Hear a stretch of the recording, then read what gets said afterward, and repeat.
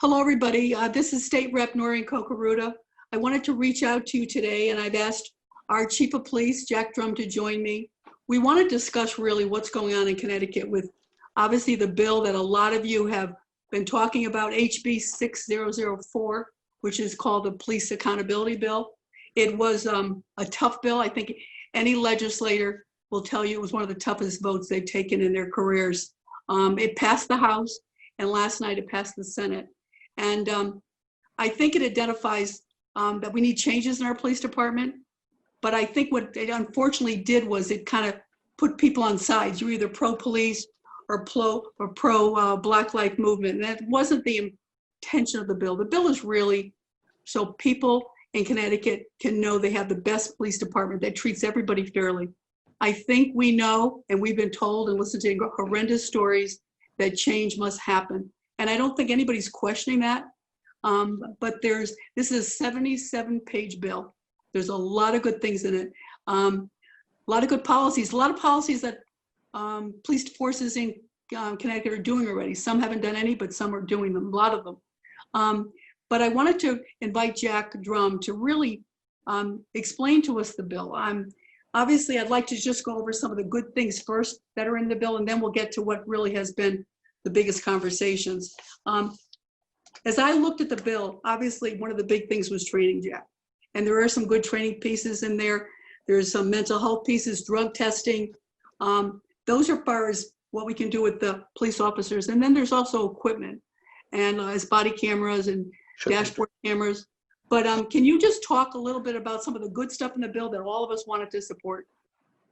Well, first I want to say thank you for inviting me in, Representative Kokoruda, to speak with you.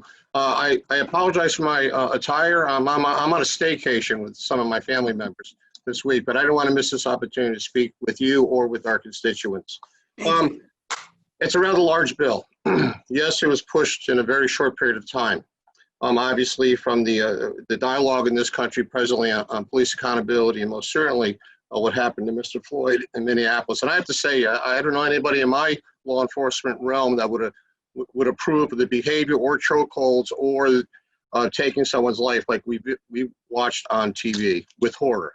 On the bill, there's a lot to it. When they speak of additional training, listen, we always welcome additional training. It's maybe easier for us here in Madison to speak to it and accept it because of the fact that we've been CALEA certified for years. So we're actually advanced CALEA certified.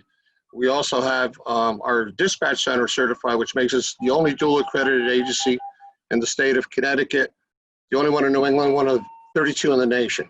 And we work hard to make that. Can I just interrupt you because I don't think people know about CALEA enough. I know that is a goal of this bill is to get people certified. But could you explain CALEA a little bit? CALEA is the Commission on Accreditation for Law Enforcement Agencies. It actually was started by various member agencies for law enforcement in the United States that were seeking best practices for policing in the nation. One of them actually was NOBLE, the National Organization of Black Law Enforcement Executives. So subsequently, it has gained strength in the community as the benchmark of where a police department should be, which is fortunate.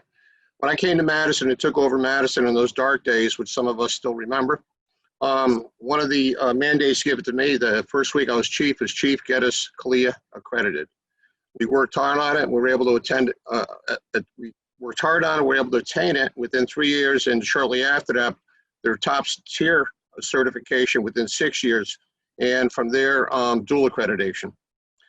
What it does is it's best practices. It gives a department a template for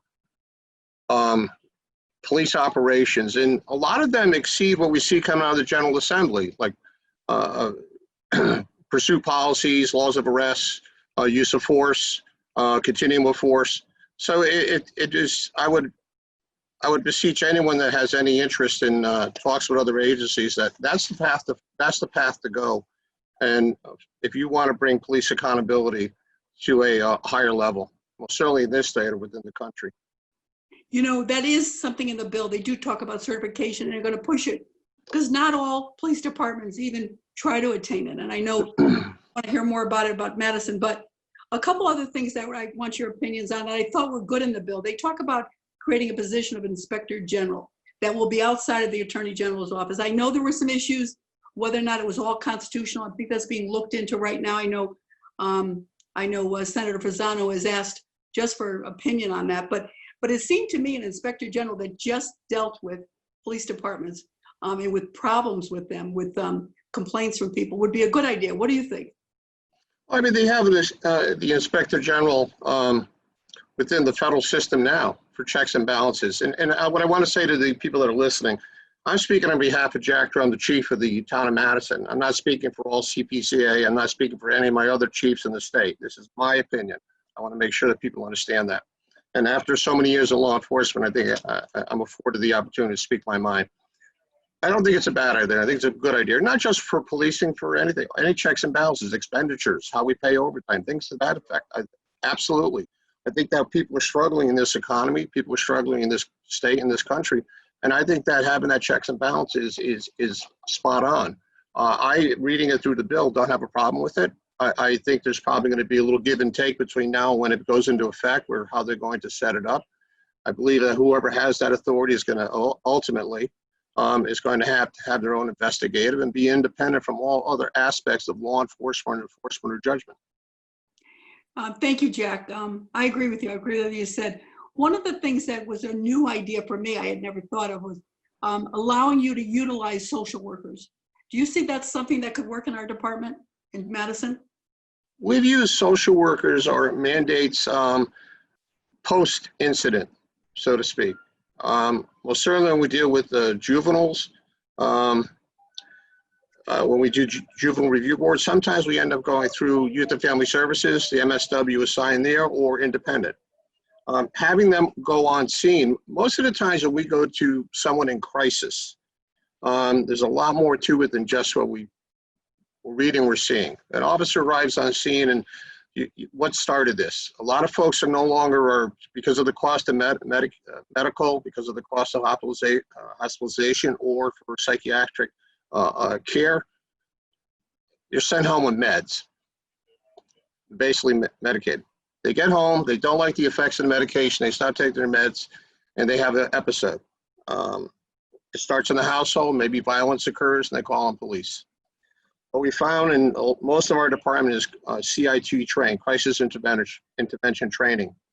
And what that does is that it changes our approach to that. Now we take a light-handed approach to trying to mitigate it before it escalates any further. Example of that would be talking down a young lad who maybe has some emotional issues that and has gone to violence within his household, but you'd be surprised by sitting on the curb for 10 minutes with him having a discussion, as opposed to a threatening stance, we de-escalate it. Now, as far as MSW psychologists approach, there is a place for them. I just don't know how we're going to differentiate when the call comes in 911. I know that's the stuff that has to be worked out, because obviously if there's it requires more work. There's violence there, it's always an issue. This crisis intervention training you talked about, is that offered to every department? Is it mandatory, or just something that Madison decided to look into? They're starting to pick up some of the components of it that is being taught at the post council to new recruits. There's also a component within your annual review, yearly and every 3 years, for officers that currently exist within the system. The CIT program is a 40-hour program in advance that you have to apply to, and the training is offered every so many months, and it's opened up to 50, 80 officers at a time. And it's generally taught at the post council or at a location site if a local department's sponsoring it. We have sponsored it in the past. Is your goal that every one of your police officers would have that training? I can say yes, and it wouldn't be a bad idea. It's most appropriate today. And the last thing I want to, there's a lot of good things in this bill. I mean, it's 77 pages, as we said, but one of the things that I liked was, we had a collective bargaining contract that we passed in the legislature last year, and I voted against it because it included a provision that freedom of information would be exempt, the police officer would be exempted from freedom of information in the contract. So if Madison wanted to hire this police chief, they would not be able to look at any disciplinary action. And this bill really reverses that. I don't know how it does it with the collective bargaining agreement, but it does. And I think it's a step in the right direction. What do you think? Unless it's a court sealed record of some event. When you become a police officer candidate, when you apply for, you sign a release that we look at your life frontwards, backwards, and upside down. You're signing, you're giving us the authority to go into those files. So that exists when you hire a new officer. I think what the bill was addressing, and I'm thinking that some of the unions and some agencies had it where it was prohibitive to go into the personnel file of some of the officers. And when an officer comes to a charge of willful misconduct, people want to see if there's a history of it. By the previous practice or by some union agreement, I guess it was prevented. So my understanding is that the application now in that 70-something plus page document is seeking to have that the union not having the ability to have in their contract collective bargaining that you are not allowed to look at somebody's personnel file. You know, I don't know how prevalent it is, Jack, because it was a contract for state police, but I was surprised to see it. And I've always been told that Connecticut is just about the only state that collective bargaining agreements supersedes our state statutes, our constitution, which it seems unbelievable. So that they can do this, and it was something that was brought up at the debate on the floor of the Senate last night by Senator Austin, who is, was a big union official when she was working in the prison system, and she's surprised that it can happen. But I think it's the right thing. The big thing that we heard about, and I wanted to definitely talk to you about this, was Section 41, which was the qualified immunity. Now I know that that police don't have all. I think people think qualified immunity is open, free immunity. Immunity, you can do anything you want and don't get in trouble. But qualified immunity is different, and that is being limited. I don't think it's totally taken away, but limited by this bill.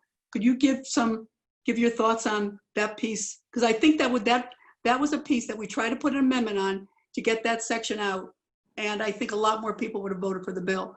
But it was a tie vote. That's how close it was. It was 72-72, and so it didn't. The amendment died, so it stands as is with the way it was written in Section 41.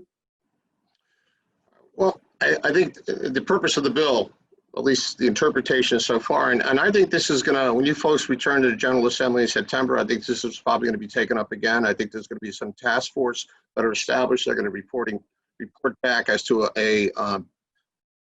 perhaps another way or additional ways to, accomplish the task they're seeking, which is change the QI to qualified immunity in policing. Qualified immunity first appeared probably in 1967 by the Supreme Court. And the Supreme Court's been silent on it in the last few years as to, basically it protects government officials acting in good faith. In the case of the police officer, it protects them with the exception of an established willful misconduct, intentional by the officer. The state statute does, by passing of this, it allows now an individual who feels that they had been violated the constitutional rights to seek remedy through the local court to go after the officer for what they believe was willful misconduct. What I see as a conundrum or a mandate to towns is that, one, the town and the insurance carrier is going to cover it. And so we may have somebody seeking remedy, which may not meet the threshold of willful misconduct, but we're going to have to go to court on a state level. We're going to have to defend our position. We're going to have to pay attorneys, and that's going to come out of the communities and the taxpayers. I believe this kind of opened the gate that we're probably going to see an increase in those type suits. And until they get perhaps dismissed at the top of the state court level or the state, I think what you're going to find is that state judges are going to go to the federal courts to seek interpretation based on past practice. So I think it's created it has created a serious concern for municipalities that this could become a very expensive defense, and that a lot of folks probably will try to seek remedy through the court. And I think that a lot of communities are going to try and mitigate it by just offering some sort of settlement. So that's going to be an impact on the town insurer, cities insurer, is going to be an impact. Towns are struggling right now. And a lot of the mandates from the state are unfunded, and a lot of the pilot funds that used to go to towns are become non-existent.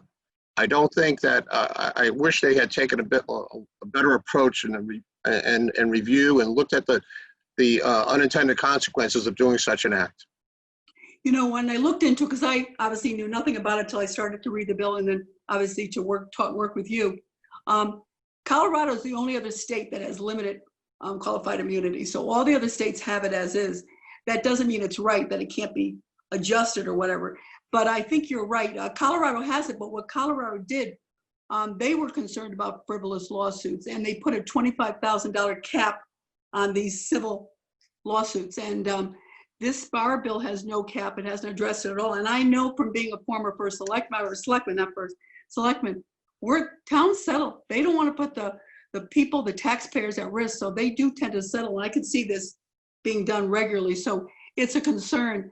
But I'm hoping when they do bring it up again, they do talk about some sort of cap or something.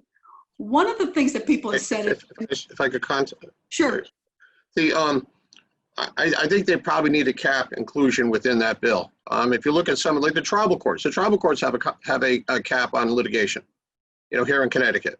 So we have 2 tribal courts. I think that would discourage frivolous lawsuits. I'm sorry. I agree with you. There's been a lot of talk about this bill defunding the police because people have those signs, but it doesn't. But, and that's clear. I think people misunderstand it. But with the things you just brought up about the cost to towns, to thinking about just the body cameras, buying the equipment, the extra training, what it costs for accreditation. I know it was over $10,000, $15,000 for us, for a small town, to get our CALEA certification. So with those costs to your police budget, you can see where towns would look to cut, especially within that department. You could be talking about, let's face it, when you cut a budget, one of the first things you look at, unfortunately, is personnel. So I think that's why there's concern that it doesn't say defund the police, but it could happen just because of the high cost of a lot of what's being instituted here. One of the things that I know you deal with, your department deals with all the time, and I was wondering what you thought this limitation of qualified immunity would mean when it comes to traffic stops, because the bill is pretty explicit on what you can and cannot do with a traffic stop. Could you address that? Well, it's the language it's going to be very difficult because a lot of this goes to training. I think statutorily, there's probably some law enforcement statutes that are more administrative and not necessarily should be in the hands of law enforcement. I'm very passionate on this. I don't like being the bill collectors for the state legislature, nothing against the state legislature, but for the coffers, I've sat on racial profiling subcommittee, and I've worked with juvenile justice on a statewide level. And I've been at the hearings and even discussed in one of the hearings that I think it's time that we look at how we have a lot of these administrative infractions. For us here in Madison, I hate when I hear on the radio that somebody's been stopped and there's a administrative compliance violation. What does that mean? That means somebody maybe failed to pay their car tax in some community within the state.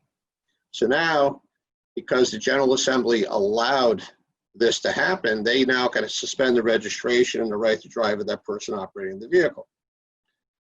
Where it really hits home is that we stop somebody going to Hammonasset for the day with their children who may have come from another area of the state, and now we're supposed to enforce that their vehicle is unregistered, enforce that their vehicle now is, that they are maybe suspended operator based on that compliance, and tow the vehicle. I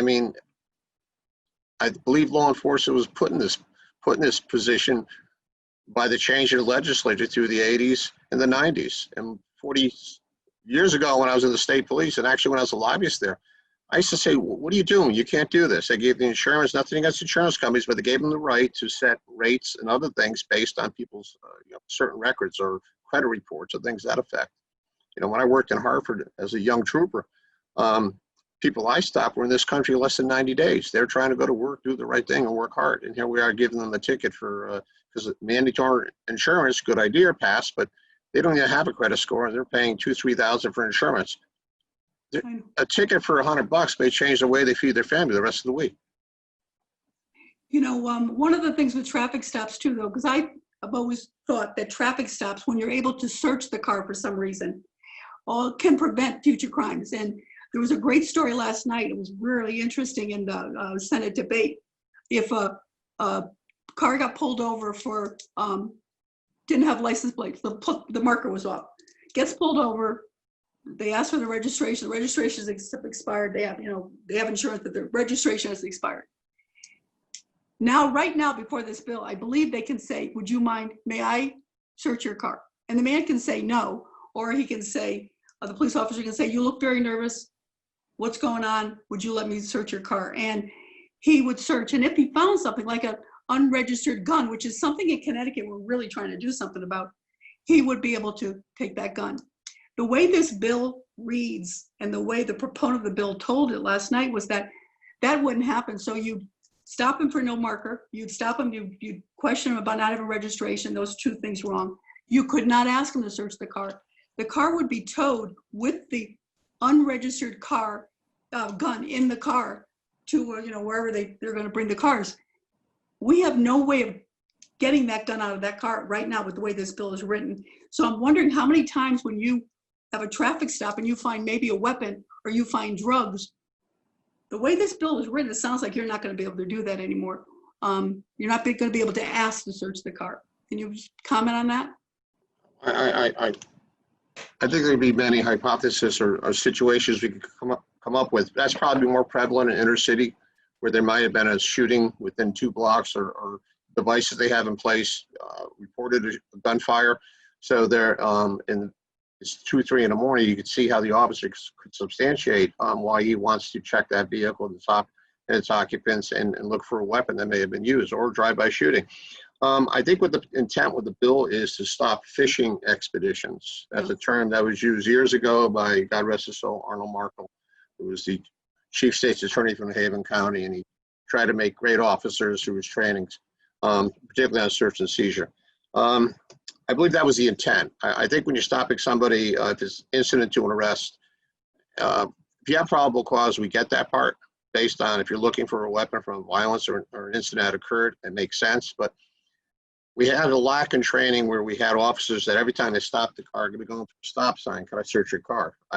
And people would say, and hats off to them, why do you want to search my car? You just stop me going through the sign. I apologize. I wasn't thinking. So I think it's trying to stop the fishing expeditions. Although some of my contemporaries may disagree with that, I could understand it. You know, we all know what happens. We've all heard the stories, and it just is another part of that whole profiling thing. And I know when I've been working up in Hartford, I was trying to get a bill passed a few years ago about secondhand smoke in cars with children in car seats. It actually was a group of students in Madison were working on it with me. And why it never finally in the end got called was just that reason. The Black and Latino Caucus said to me, this is just another reason why somebody can pull somebody over. They're looking for an excuse. And, you know, we don't experience that in a lot of our small towns, but they certainly see it in the urban areas, small and large cities. But I'm sure when you have traffic stops, and even in Madison, there are times that you find something that you're able to prevent problems down the road. And I'm thinking of, you know, illicit drugs and things like that. I mean, does that happen, or is that really unusual?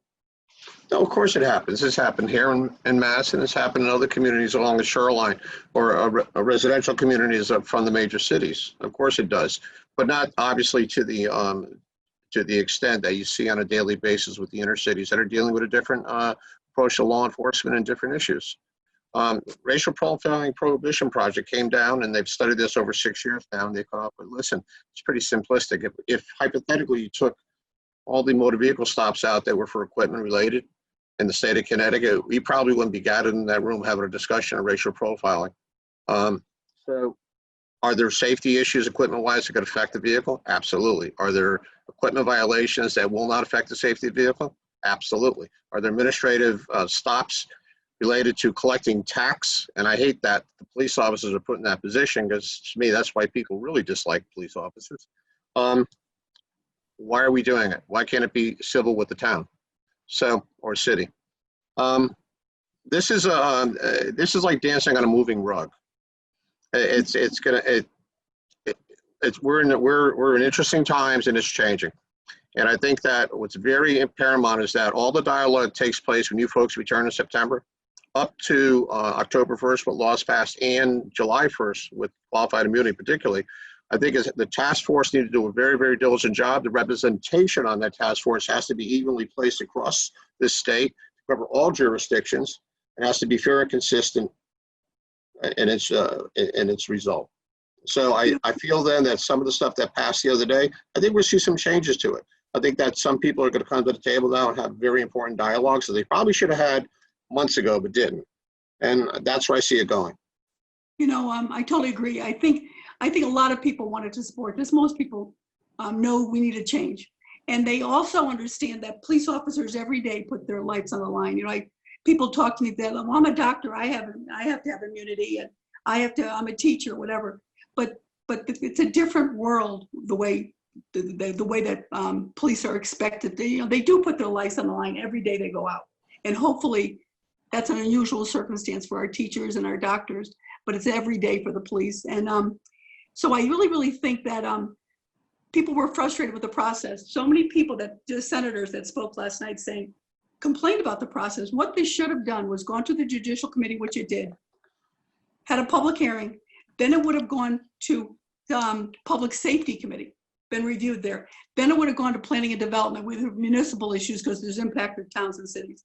Then it would have gone to Appropriations. None of that happened.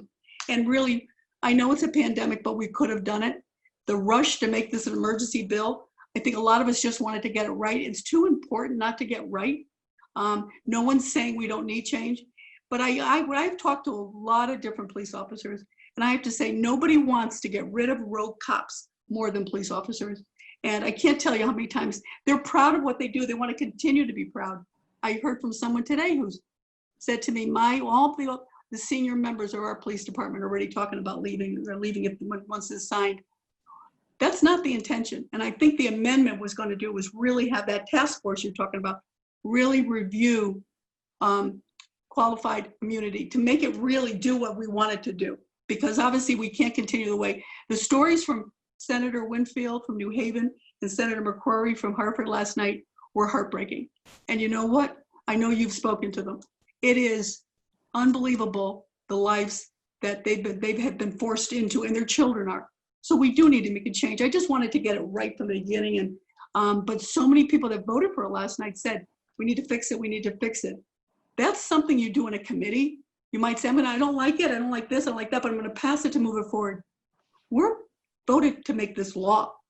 So I think people were really disappointed that that one piece of 77 pages couldn't have been put in with the task force and really reviewed how to get it right, how it would make the impact they wanted. So anyway, so I just wanted to end by, I know it was a tough bill for everyone. It's heart-wrenching, but I represent Drumm that has one state trooper, and I represent Madison, as you know, which I think has one of the best police departments. And believe me, I was a selectman when we weren't the best police department by far.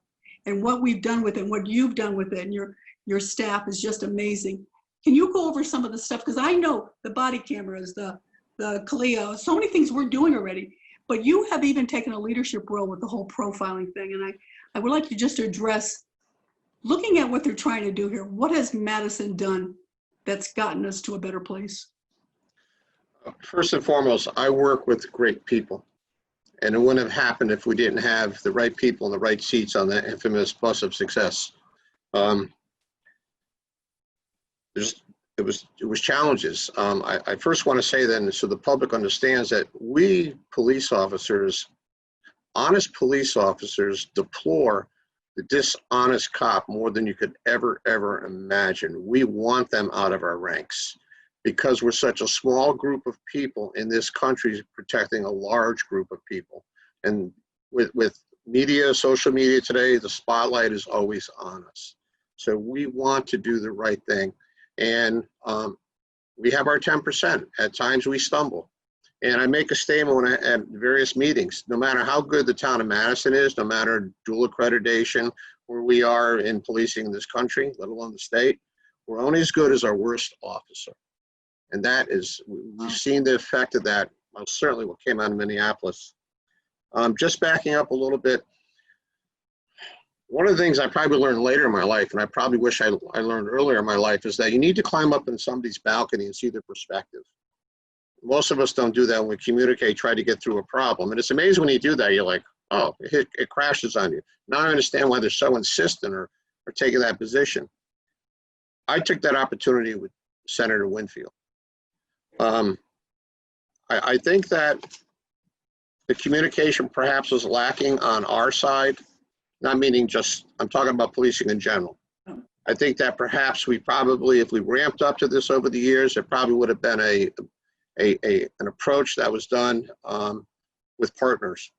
I think it appears to me now, and I'm not saying any one senator or representative, but they wanted to get the attention of law enforcement, and they most certainly did in those 48 hours.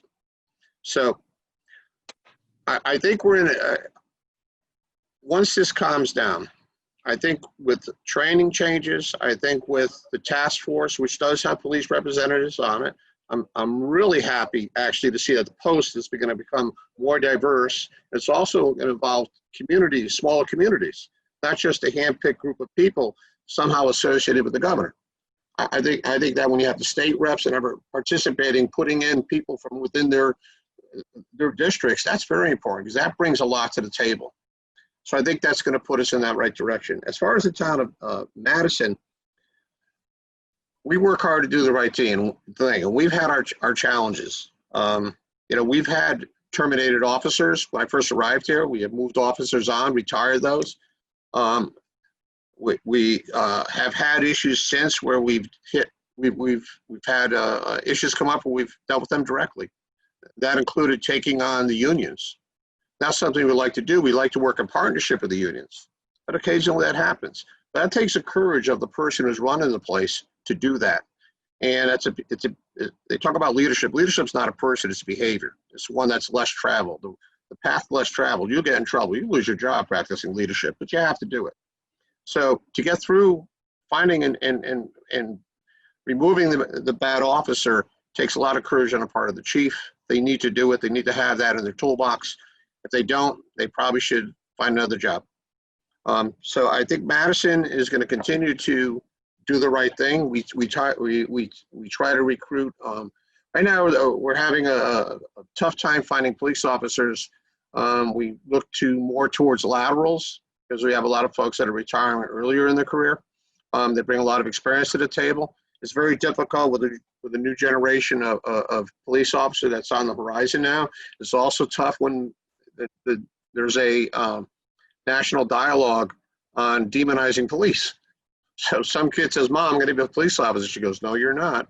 So those are the challenges we'll face, but we still continue to maintain our accreditation. It's a monthly check and balances with CALEA and the town of Madison. It's a contract we have. We also do our annual reviews and we do our on-sites every 3 years. As far as other agencies, and I did have this discussion with some of the senators, they asked if I think CALEA could be achieved through the state in 4 or 5 years. I think some sort of accreditation, whether it be state level or CALEA, can be achieved within 4 or 5 years. It depends on what the community wants to get involved with financially. Also, the insurance carriers that handle litigation for communities are investing in getting the police departments, CALEA accredited. You're looking at a mid-sized department up to a $15,000 annual cost. However, that can't be paid by insurance companies because it's going to mitigate their risk. There's less challenges to an agency for doing the wrong thing when they have that benchmark of service called CALEA hanging above their door. Jack, I know we've been going on and I want to end this, and we certainly will have future conversations. Everyone in town knows what you've done, what you came into, and what you and the police commission with you, and as you say, all the people that work for you. I hear from police chiefs all the time that tell me they can't get rid of bad cops. They get rid of them, and all of a sudden the union fights for them, and all of a sudden they're back on the job. And that's the stuff we have to change. The union doesn't like this bill. Then work with the chiefs. You've got to work to make sure. There are people that aren't meant to be cops. I've had people say that about teachers. Madison teachers are proud of what they do, and they want every teacher there to be good, and they're going to mentor them. We've got to have that with the police department too, and you certainly have started that and made some significant, pretty significant changes. So I want to thank you today for talking about this bill. It's very controversial. I just hope, I'm trying to make it not political. This is too important to be political. Everybody, no matter what party or who you are or what, wants better police and safer police departments and safer communities. And everyone wants people treated fairly. And that's where this bill hopefully will get us someday. It fell short this time, but I think with people like you working with the proponents of the bill, we're going to get there. And I want to thank you for all you've done for Madison and also for all your information. You've been such a good advisor to me on this whole issue. It's pretty overwhelming, the unintended consequences that people just didn't realize. Well, I recognize the challenges put on the legislators on a vote, because it's not just the police they represent their constituents. Right. I think some people might forget that. So they have, it's a lot larger than a 25-man department or a 50-man department. They have the citizens that pay the bill. So it's not a difficult decision. They have to weigh it. And I had one legislator ask me how they wanted me to vote. I said, I'm not going to tell you how to vote. I'm going to tell you what the impact is. And I alluded to the expense to communities. But I do believe that what's going to come out of this is partnerships, positive partnerships. I could see that happening. The people that never thought they'd find themselves in that position, assisting and working with the opposite side of the aisle, have come together in these partnerships. You got to, or it's not going to work. Policing is changing, and we as police officers, listen, we are where we are because of the public we serve and the support we get from them. Without that, we're nothing. Madison was a good example of that 11 years ago when they had their problems. The department wanted them a dumpster placed in front of the building and throw them in it. So, and metaphorically. So I work with great people. I want to emphasize that. I have good cops. They work hard. They go beyond. They give 110%. Occasionally something comes up we deal with directly. If it involves the union, we try to partner with them to try and mitigate this. If it involves going further to the state's attorneys or a breaking of a law, most certainly we don't. I'm going to say my mom told me, never trade places with a liar. So we bring it to closure. I wouldn't be doing my job if I didn't do that. And if I didn't do that, you should get rid of me. So. Well, we're not going to get rid of you. And again, Jack, I just want to say how proud I am of Madison's police department, how proud I am of you. Our goal as legislators should be to make sure every community has a police department that keeps people safe and is a department to be proud of. And I know you've got that here in Madison, and we just want to get it throughout the state. And we've all got to work together to come up with some great ideas and make sure that we do the best job we can for everybody included. So thank you, everyone. I hope you watch the video. I hope you enjoy it. We'll be doing more videos like this. My resource always is Jack Drumm whenever it's anything with safety, and I think you'll find the same thing. So Jack, thank you. Goodbye, everybody. Thank you for watching. Bye now. Bye-bye now.